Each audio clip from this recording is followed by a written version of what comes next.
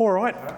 Thanks everyone for coming along and I guess giving up your valuable time. A little bit of a change of gear here. So, where Nigel works, I guess, in the control space of many systems, I work for a hardware provider, Solaredge. So we're one of the, world's leading inverter manufacturers. And so I guess what makes us a little bit different is we have a technology called power optimizers, which really is the heart of what we do.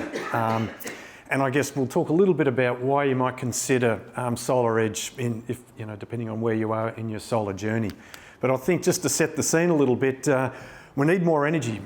Electric vehicles, electrification of homes, all consume a lot of power. And when you think about residential roofs, particularly tile roofs in inner city areas like this, they're limited. But thankfully, solar panels are getting more and more efficient. I haven't been in the industry as long as Nigel, I'm about 15 years, but when I started, they were 170 watts. Now you can get 520 watts in roughly the same footprint. It's extraordinary how far the industry's come along. But I think, it's really crucial then that we try and, as we try and fill the roof with panels to fill cars, run hot water, all these things, is that you get your most out of your investment. Because it's a big one, but it's probably one of the best investments you'll make on your home. And I think, if we look at what makes, Solaredge different to others, is we have a little device just down there beside our inverter called a power optimizer. And conservatively, what it does is generate at least 6 to 10% more energy than traditional systems. I guess one of the things, as Nigel alluded to, is there's variations in panel output. And over time, those variations between panels grow and become larger. And so systems can, over time, underperform quite significantly. And so it's how do you prevent that? How do you get the most out of your system? And what we see with poorer performing panels, whether it's dirt, something's gone wrong, damage, whatever it might be, is it'll bring the rest of the system down and its output. And often you won't know because if you don't have good monitoring and can't understand and see what's going on, you may not realise there's actually an issue. But it does cost you, and conservatively, we're at least 6 to 10% more output. And then, but what does that mean to you? So we've been doing a little bit of analysis, but basically, conservatively, around 30 cents a kilowatt hour, 3% inflation. It's about $500 extra savings per panel on your roof. So if you've got 30 panels or 15, it's a lot. And that's the life of the panel? That's the life of the panel, yeah, about 20 to 25 years. $500 yeah. over 25 years. Yeah, it's significant. And I guess, with Solaredge, we do have a little bit more hardware in the system with the optimizer. You pay a little bit more to start with, but you do get a lot more. And that extra in savings overcomes any slight increase in the capital cost at the start very quickly. Now I'm just going to see if this video runs. It's just going to talk a little bit about the difference between how Solaredge differs to normal string inverters or what's called micro inverters. So I'll see if this... Deploying solar is an important decision and one that requires research. Today, we'll explain how your solar panels work with 3 different solar technologies: string inverter systems, microinverter systems, and the Solaredge DC optimized system.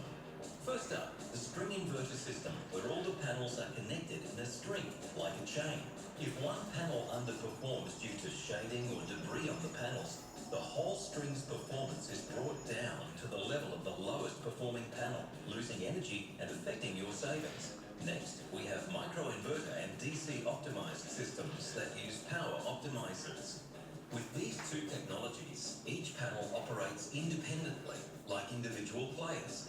However, microinverters have certain limitations. Most panels today can produce more energy than the strongest microinverter can handle, leading again to energy waste. Here comes the fun part. With a Solaredge DC optimized system that uses power optimizers, each panel works independently, and you can use all the energy your panels produce and not waste a drop. You'll get the maximum solar power from your panels, allowing you to harness more energy to power your home or store in your battery. With Solaredge, you generate more energy and can use it in more places. Yeah, so it's quite unique technology, the power optimizer. We put one on each panel and effectively turns every panel on your roof into a smart panel. And so what it does is if you've got one that's not performing so well, it isolates it from impacting the others, but it also allows the best ones on your roof to absolutely shine. And so whether that's variation in panel, but it could be the orientation, whether it's east, west, north, west, even south, or it could be different inclinations. And what it means is the flexibility we have to get the system on your roof that you need, to get the savings you need, we can pretty well do anything. So it's good technology, and I think the other thing that we do that separates us is the way the system operates is it's extremely efficient. And you know, our systems when they're up and running are always running at the highest efficiency, and that's not the same for traditional inverter systems. And so it doesn't sound a lot, but that extra 3 or 4% over every waking second of that system's operating life drives even more savings. And that's what this is all about. It's, you know, you only put solar on to save money pretty much. I guess the other thing that the optimizer does is it introduces levels of safety that often aren't considered by homeowners. It's certainly something when we sell to big government contracts, whether it's health, military, schools, is should there be an issue with the system is A, it can tell you exactly where the issue might be. We can shut the system down extremely quickly, and should there be something like a fire on the property, floods, whatever it might be, an emergency, if it's sunny, those panels are still generating a very high voltage. But our systems are able to shut them down to very safe levels, to the point where it's touch safe, like a 9-volt battery. So, you know, again, it's the ability to control the solar panel like we do is something that you don't see with traditional systems. And it's that control that has many, many advantages. So yield, safety, and the other one comes down to flexibility, but the other is monitoring your investment. So this is a screenshot of my place, but what we can see is the energy being produced instantaneously or cumulatively from each individual panel. So I can see if one's possibly dirty and not performing well, might have been damaged, something could have happened to it.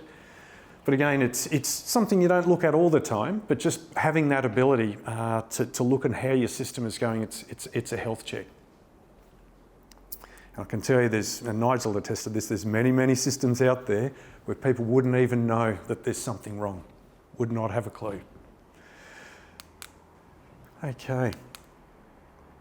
So, you know, if we think about what makes Solaredge different and why we ask you to consider us in solar is that, you know, with our optimizer technology, we make more energy. It's as simple as that, and drive greater savings. But with that comes other advantages on flexibility, safety, visibility. Now, just having a look, I'll just in the second part now, let's just talk a little bit about the inverters and batteries and what our options are. So Solaredge, we go everywhere from controlling and getting the most out of the panel. We make our own inverters, batteries, backup interfaces to work with the battery, EV chargers, and all of it is monitored and controlled from a single app. But we also have a range of smart energy devices through to hot water controllers and other controllers that might run large loads, like a big heat pump or heating and cooling system, through to switches that might just be on-off, simple sort of devices like a heated towel rail or lighting or something like that. And all of it can be controlled from a central application. And actually, if you haven't seen Solaredge before, I don't mind if you take a photo of those details. We have 7 or 8 different systems on a demo portal here of differing levels, going from solar only to solar with battery, all the way through to full control of electric vehicles, hot water, smart devices, everything you could possibly think of. And it just gives you a little bit of a sense of what options are available to you. And just having a look at the picture here, you can see there's a home battery, car, and other sorts of devices, you know, whatever they might be, hot water, lighting, air conditioners.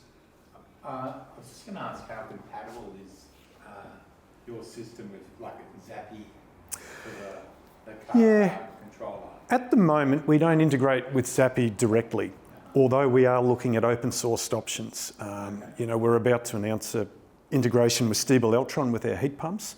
And although we have our own proprietary hardware, there's so many other hardware providers out there that are experts at what they do, so it makes sense to open up that open source. But the crucial element is how do you control that with your solar? Because as Nigel went through, it's hard trying to set the hierarchies and the priorities of what you want to do, because the last thing you want is home battery energy going and filling the car. You want to quarantine that. So yeah, so that's coming, but it's a little way off. Otherwise, you know, it's just picking your time, and at least with the app you can see when you're in surplus. Yeah. Can I just say, just to clarify that, so like it doesn't integrate in the app, but it will work together. Oh yeah. So yeah, so the two systems will work totally fine together. So you could have your Solaredge inverter. I mean, at my house, I've got a crazy hybrid system. So I've got a Solaredge inverter and I've got a Tesla Powerwall and then the Tesla wall connector, and like it all works fine. You know, and with the Zappy, for example, that's got the CTs for solar awareness. So that will do its own thing on top of what Solaredge does. So if you're just looking to charge during the day for free off the solar and you've got a Zappy and a Solaredge system, it'll do that.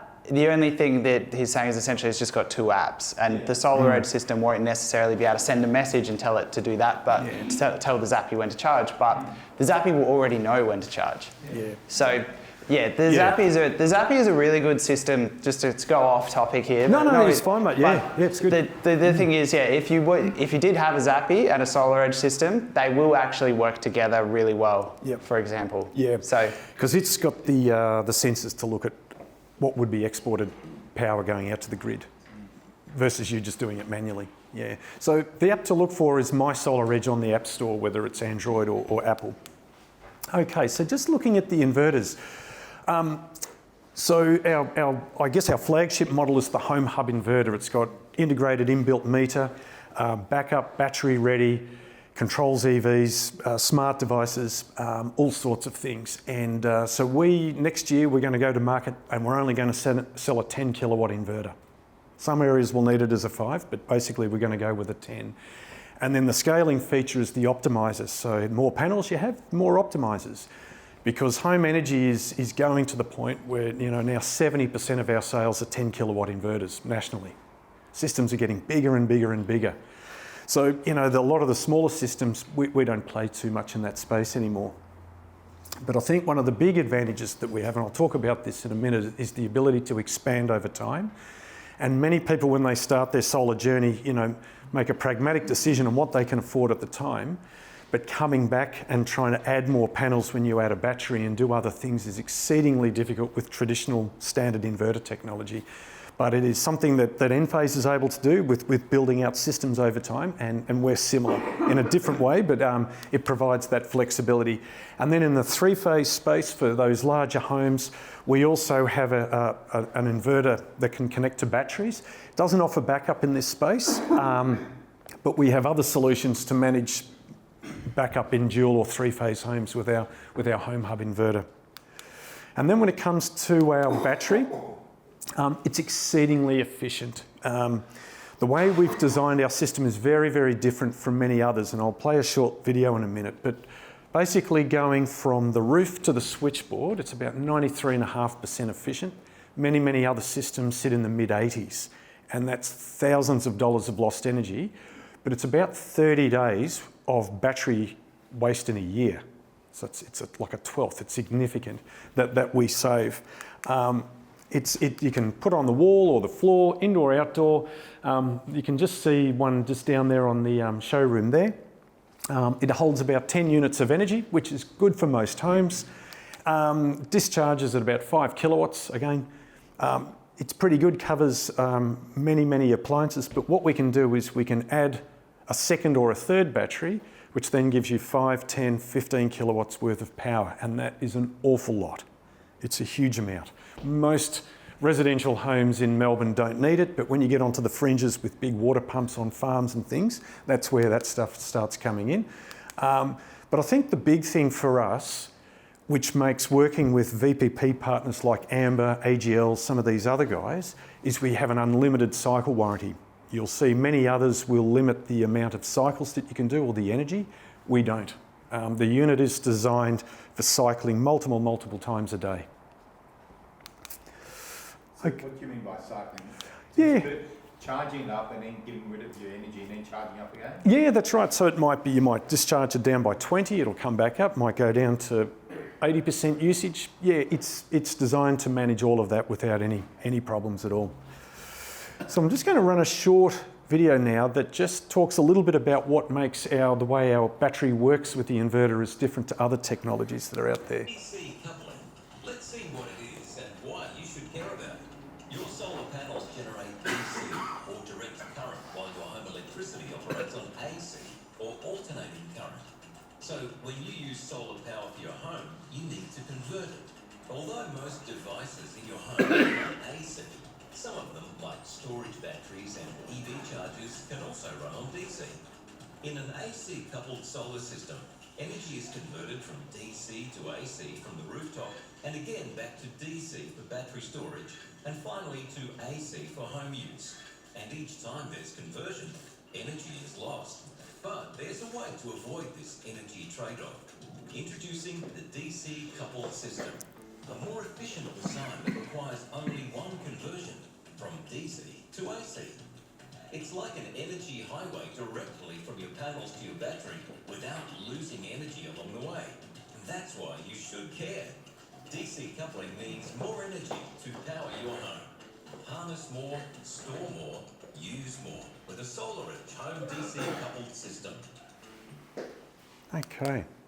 So I guess where this is an advantage, whether you're starting your solar journey or you're going to go with solar and batteries right at the start, one of the really interesting things about what we can do, this could be a 5 kilowatt inverter. Most people put 6.5 kilowatts worth of panels on there.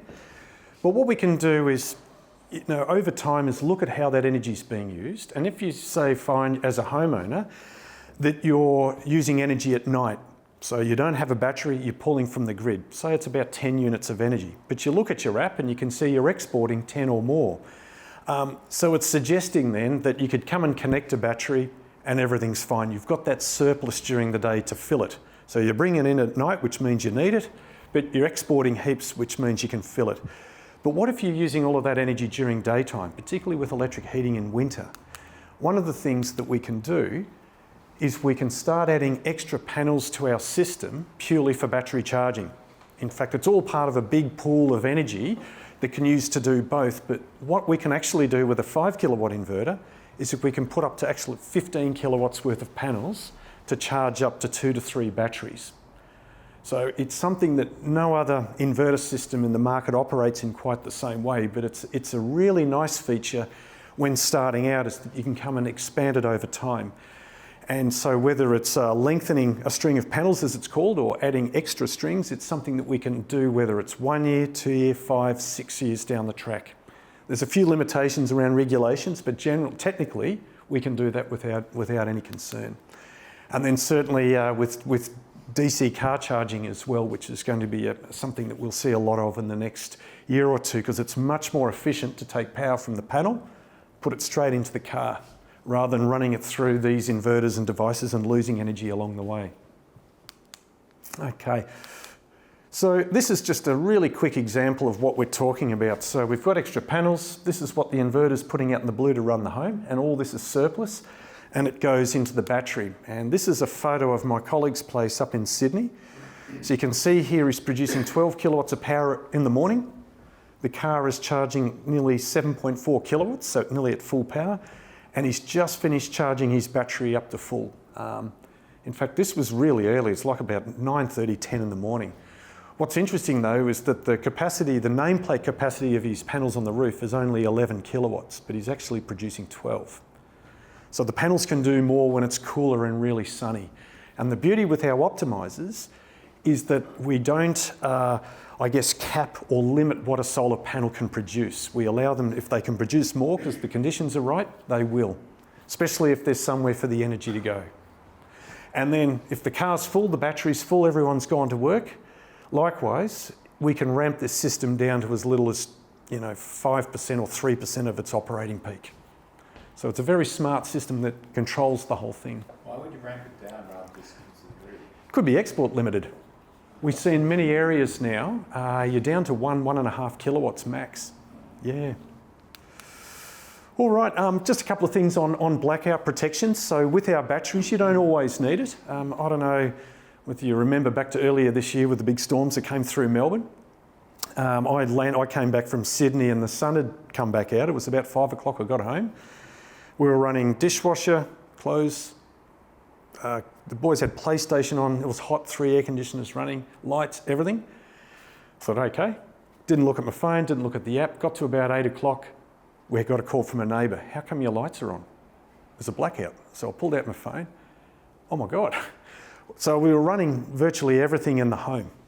So this little backup interface that we have, we can literally back up the switchboard to cover everything that you've got. But what I was able to do was knowing, okay, well, we got the warning from United telling us that the blackout might go for 2 days as they restore power. So I went and turned everything off, and then the app was telling me I had 18 and then 22 and then 30 hours of runtime based on what I was running. But it was fantastic. But one of the nice features with our system is if that blackout were to continue day after day after day, there's a feature called Black Start where it'll work as a quasi off-grid system. It'll keep providing power and running up all the backed up circuits for as long as you need. And then should something go wrong with the system, our battery can actually sit at 0 for 20 days without any issues. And generally in that time, the grid will be up and running. What happens after 20 days? We need to get a charge into it. But to get to that scenario is pretty unlikely. This is dead flat. It just, so essentially it's, when it's 0 after 20 days. It'll turn itself off to try and preserve it. And in this state, it'll stay awake to accept the recharge and talk to the inverter. No, Black Start, this is different. Black Start, it'll just keep rolling. Yeah. This is more if there's an issue with the system and say like a lightning strike hits the inverter or something, you know. So there's a blackout. Next day, the sun's shining. Yep. You've got solar energy being produced. Yep. What are you doing with it then? So what happens is the sun will start shining, and very early in the day, like we talked to you, got a Solaredge system, you'll see it'll start producing power at 5:30 in the morning. It just has to be a bit of light in the sky. It will bring the battery up to its minimum state of charge, about 10 or 11%, and then it'll start supplying all the backed up circuits in the switchboard, whatever it can provide, and then as soon as that's met, any surplus energy then goes into the battery. Yeah. So run the house. Run the house. But the beauty with being able to back up the whole switchboard is even in a blackout, you don't want to run too much stuff because you want the fridge to keep going, you want your power to last. But the beauty is you could have a light up in the front room, you could have a fridge down in the kitchen, you could be watching a telly in another room. It doesn't matter where your blackout is, where your appliance is. With many inverters, they don't have the capacity to be able to cover the whole switchboard, so you have to pick which particular thing you might want to run. It might be just a general power outlet or the fridge, because kitchens are often tough to back up. You've got electric ovens, toasters, kettles, all of them use a fair bit of juice. And what's the maximum power for, you mentioned backup circuit. Yeah, it depends on the size of the inverter. So if the inverter can put out 5 kilowatts on the AC side or 10, then your backup power is 5 or 10. So essentially it's 10. 10. I think you're saying that you're going to sell only 10. That's right, we're going to have a 10. Just keep it really simple. Yep. Okay. And just a quick word on warranties. We have really long warranties on our products. So we have 12 years on the inverter, extendable to 25. Let's see, we've got 10 years on the battery, 25 years on the optimizer to match what you get with your solar panels. And then the other devices, 25 on the modules. We're not selling too many modules nowadays, but the inline meter's 5 and the EV charger is 3. So really strong warranties. And we have a very big service team here in Australia to support our customers like Lightning and all the needs that they have. Where are they made? So our product at the moment, we stopped production out of China 2 years ago. So the current stock that's in country is Vietnam, but we're about to start taking all the Australian product out of the United States. So we've just built 2 big plants in Texas and Florida.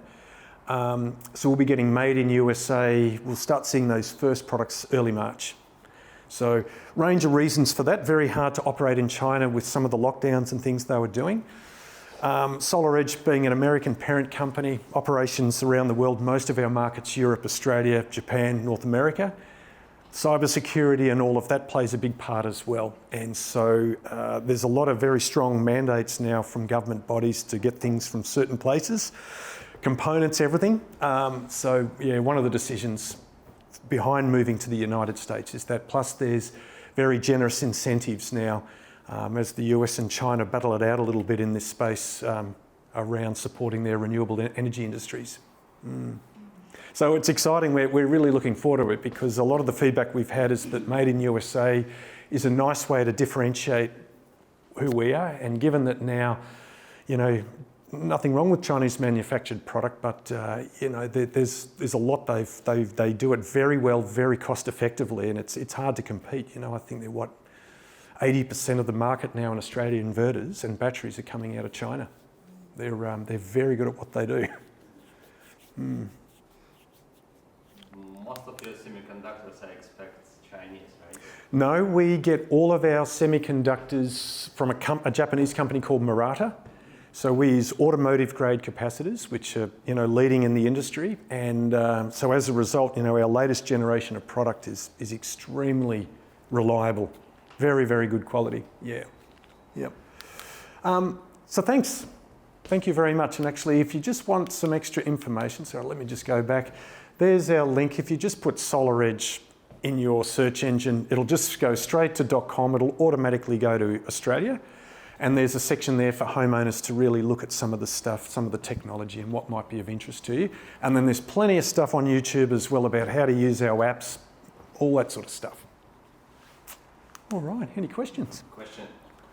You mentioned DC coupled EV, but I think 2 years in a row you don't present it on Null Energy while you present it in Europe. Yeah, we didn't present it this year in Australia. We did last year. Okay. And the reason being there's been a little bit of a change of direction with the research and development. So they've decided to show in Europe, but they're going to release it in Europe before Australia. So we just decided to hold off and not drive too much interest when they're just not quite ready yet. That's actually, I think that's the point, because if you look to from customer perspective, you right now you have a really great ecosystem because you DC bus, everything DC coupled. And that's for a new customer, you think, okay, should I go with Enphase or should I go with, I don't know, just string inverter Sunroll, let's say. And they don't have any products right now, DC, and you can say, yeah, look, in future, you just install small box in your garage. Yep. Your battery can be outside if you like safety and stuff, you don't want to install bollard. And I think that would be amazing for you as a product to show off, look, that's that's how we compete. Because Yeah. I think on the market right now, only SIG Energy, they claim that we're going to have V2X in future, and that's a selling point for them. And I know that you have DC charger, we will have, but not many other people know. Yeah, look, you raise a good point. I mean, that's how we see the inverter. It's really very much the brain of the system.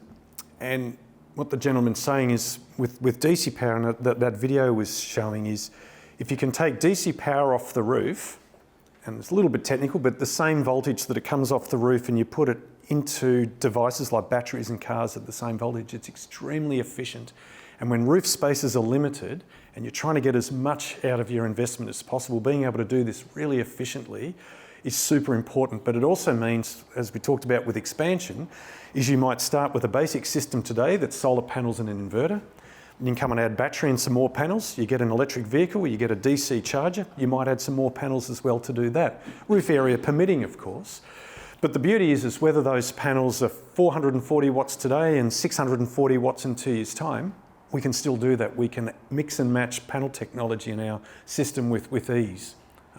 So it is a distinct advantage, and it's actually what makes us quite unique. And others are trying to emulate it, but you know, with our patents and everything, because we invented the power optimizer. It's the cornerstone of Solaredge in the world, and and that's where we see what we do, and a lot of that's coming into the commercial space as well in the really large scale.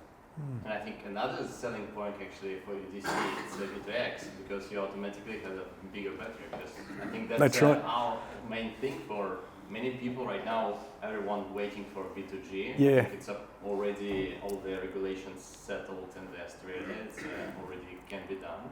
Yeah, it's just waiting for the automotive car manufacturers to settle down on their warranties, and for the regulatory bodies, the network managers, to be able to have the software to manage billing and control and all of this. There's still a bit of way to go, but the technology's certainly there. Yeah. Any other? I've just got a basic question. Yeah. You said that the microinverters wouldn't optimise 100% of the power. Why not? So the leading optimised microinverter in the market at the moment is 380 watts. The standard panels now are 440 or 475. So what that means is because the microinverter is converting DC to AC power up on the roof with the panel, the most it can ever produce is 380. So it can't produce 440, it can't produce 475. So it's a term called clipping. So you're reducing that.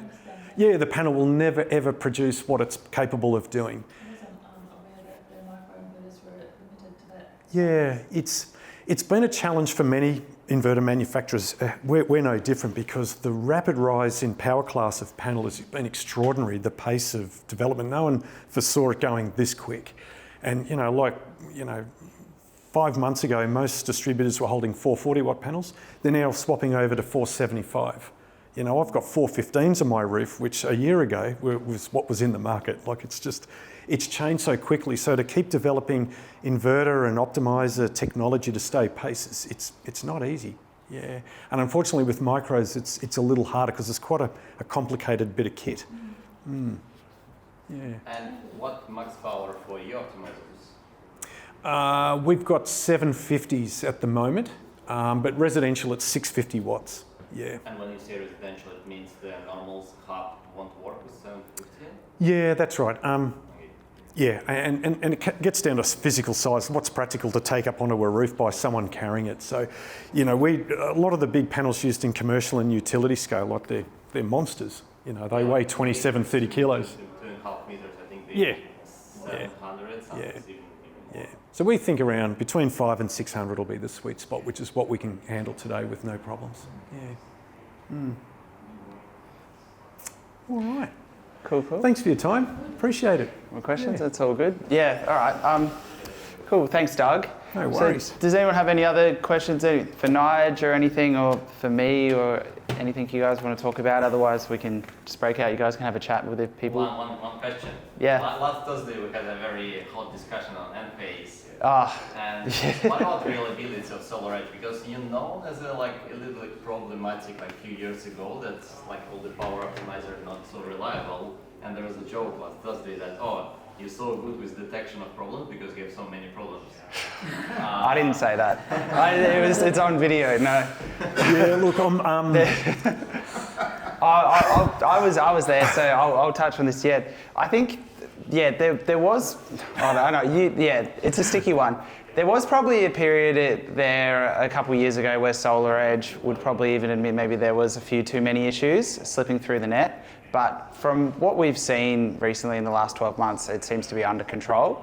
So I haven't had any major issues. We used to do a lot of Solaredge, then we moved more to Enphase. They're kind of like competing teams, and now we're doing both. We're actually moving back towards Enphase. Sorry, we're actually moving back more towards Solaredge than we are Enphase, just because we are seeing the reliability really picking up again. So look, it's just a thing. There's going to be, the reality is there's going to be problems with every product if you install 100 or 1,000, or with optimizers, thousands and thousands of optimizers. But and I think, and that's right. The diplomat in me will say, every producer of power electronics inverters will always have issues. I think, if I look at the amount of microinverter manufacturers that have gone bankrupt, have left the industry, the beauty with Enphase is they're still here, they're still profitable, they're doing really well. We're no different. We've been around since 2006, in Australia 2011. We're a big organisation, and what's important is you stand by your product.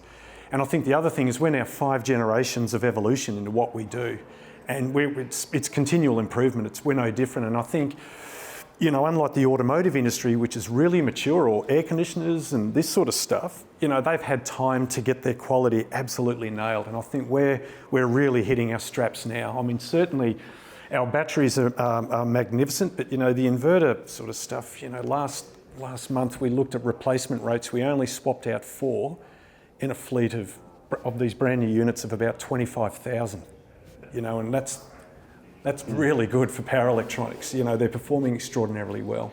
So I think it's the support though. That the thing is, when there is an issue with Solaredge, you know, we can contact them directly and we can get the issue fixed in a couple of days. I was going to ask you, what is the domestic support team? yeah, so it's mixed. So we've got a mix of guys in India which support Europe and everybody. And we have about 6 guys sitting in the office. Yeah. And we have 6 guys on the phone in Melbourne, but they're our more experienced techs that do a lot of phone support for Sparkies on the ground. But then we have field service engineers in each state who are qualified electricians who go out and do training, you know, assist guys with really complicated systems or fault find. So your Australian team is how many? Oh, the Australian team all up, we're about 20, and then there's 15 in India dedicated to more of the, you know, I guess these guys are more junior, just doing a lot of the basic sort of stuff. Yeah, but, and then in my team in sales, you know, there's about 6 of us around the country, so yeah. And we're quasi-technical. If it hits my level of incompetence, I'm quick to pass it on to someone who knows what they're talking about. Yeah. We put in a solar system some 10 years or more ago. Got the government subsidy. Remember that? Yeah. How can we fit this system onto that? Well, if it's 10 years old, you've probably made your money back. And if you're on the old feed-in tariffs and they now end in November, what many people are doing is scrapping and starting again because the technology is so advanced compared to 10 years ago. It's extraordinary. I did the same with my mum's place just the other year, like 2 years ago now. But she had a system, an old 3 kilowatt thing and a really old inverter, and it was State Solar Services or someone sold it. But now she's got a brand new inverter, brand new panels, and it looks really good. And it's extraordinary the amount of, for the same size, how much extra power she's getting. What does one do with the old system? Well, they recycle them. So panel recycling's now become really quite advanced in Australia. There's a couple of big operations in Melbourne and Sydney. We recycle all of our inverters that we replace in the field. We break them down into all their individual components and metals. And we even recycle batteries to the point where the lithium out of them now is now more pure than what they start when they made the cells in the first place. They call it black gold. So we have a whole cycle. In fact, the recycling facilities that do all our recycling, we also have the solar on the plant that powers it, which is pretty cool. Just getting back to the battery recycling, probably more people there's little myths, I suppose, around EVs and batteries and, you know, they'll have to be dumped into the ground. Yeah, no, they're too valuable not to. You know, it's a lot lead acid batteries. I think it's 99 or 97% recycled, like the polypropylene, the lead, everything. These are exactly the same. They're just too valuable. In fact, the metal casings, you take everything out and reuse it. You know, most of our stuff, if we find that there's been a fault and it's just in the DC circuitry at the top and the battery's fine, we'll store it and keep it charged, and we might use it for a replacement of a similar age battery. Yeah. Do you have information on how you best maintain batteries? As in, you know, the technology has really changed. Yeah. The type of lithium batteries, and whether you charge off 100%, 80%, or Yeah. what the best way is to get a maximum life out of them. Most of them work best when you're cycling between about 20 to 80%. But I think what you find now, though, is the manufacturers, what they claim is the usable energy, the actual energy capacity of the batteries a bit more, so that they are operating in their sweet spot. And this is where the smarts come in with the software to control it. So they're already doing that.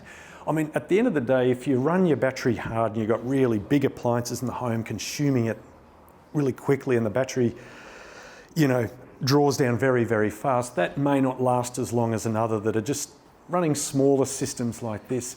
But there's nothing much that we can do outside of the programming, because it is there in terms of how it's designed and then how they're monitored and controlled. Like, so, I mean...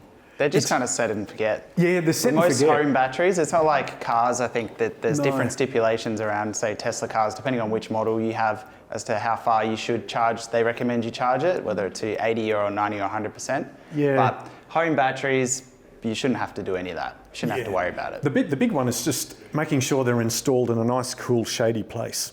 Its heat is probably the big one, actually. So if it's in a garage or a nice south-facing wall, perfect. So it's the expansion and contraction of the metal that's probably going to have an effect on its life expectancy. Oh, but potentially, it's more the cells themselves. I mean, you know, the protection mechanisms now in home batteries, like, you know, when you sort of see lithium battery fires in the news, it's always scooters and bloody just random stuff from somewhere.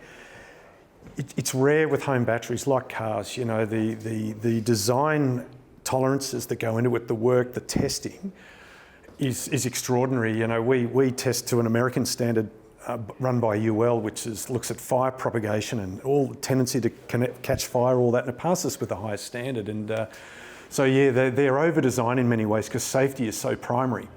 You know. On the safety, what the chemistry on your battery? Yeah, so ours is NMC, and there's always a little bit of talk about LFP being safer. Thing is with LFP, yes, it may be less volatile at the chemistry level, but it's harder to measure state of charge as you're filling up to nearly full, and it's less dense. You can't get as much energy into a certain volume. So we use NMC, and NMC is used a lot in the automotive industry. NMC has some advantages. It's denser.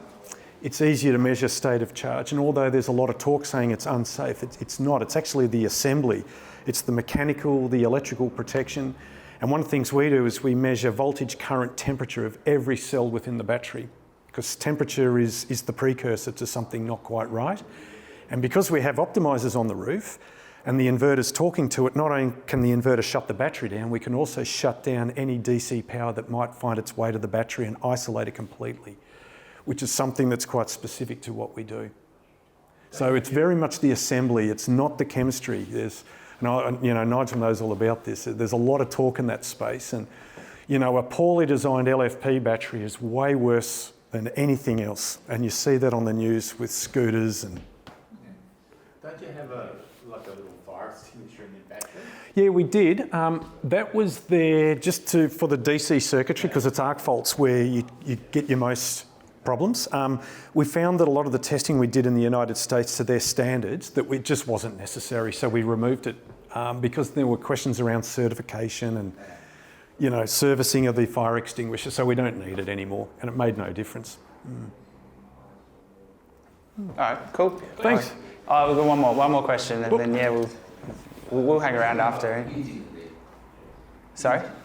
House heating. House heating? Yeah. Yeah. What about it? Do you do any of them? Yeah. Well, we Here we do. go. Yeah, we do split system and ducted air conditioning as well. Yeah. Because we have a ducted central heating using gas. Okay. Right. Yeah. How big's your bill? Yeah. I've heard some horror stories lately. We can remove that, replace it with reverse cycle. You get about $5,000 or $6,000 rebate. Yeah. So Ducting? yeah, for ducted, yeah. Yeah, ducting. Yeah. Change the ducting too? Yeah, change the ducting, yeah. We Yeah. rip all the whole system out and then put a whole new system in, yeah. We're doing a lot of that at the moment. Yep. So, yeah, we can have a chat to you, especially if you've got house plans, we can have a chat after and we can work something out. All right, cool, we'll Thanks, leave it at guys. that, but yeah, we'll be hanging around here for a bit, so if you guys want to have a chat about any Thank you. specific examples, but yeah, thanks for coming.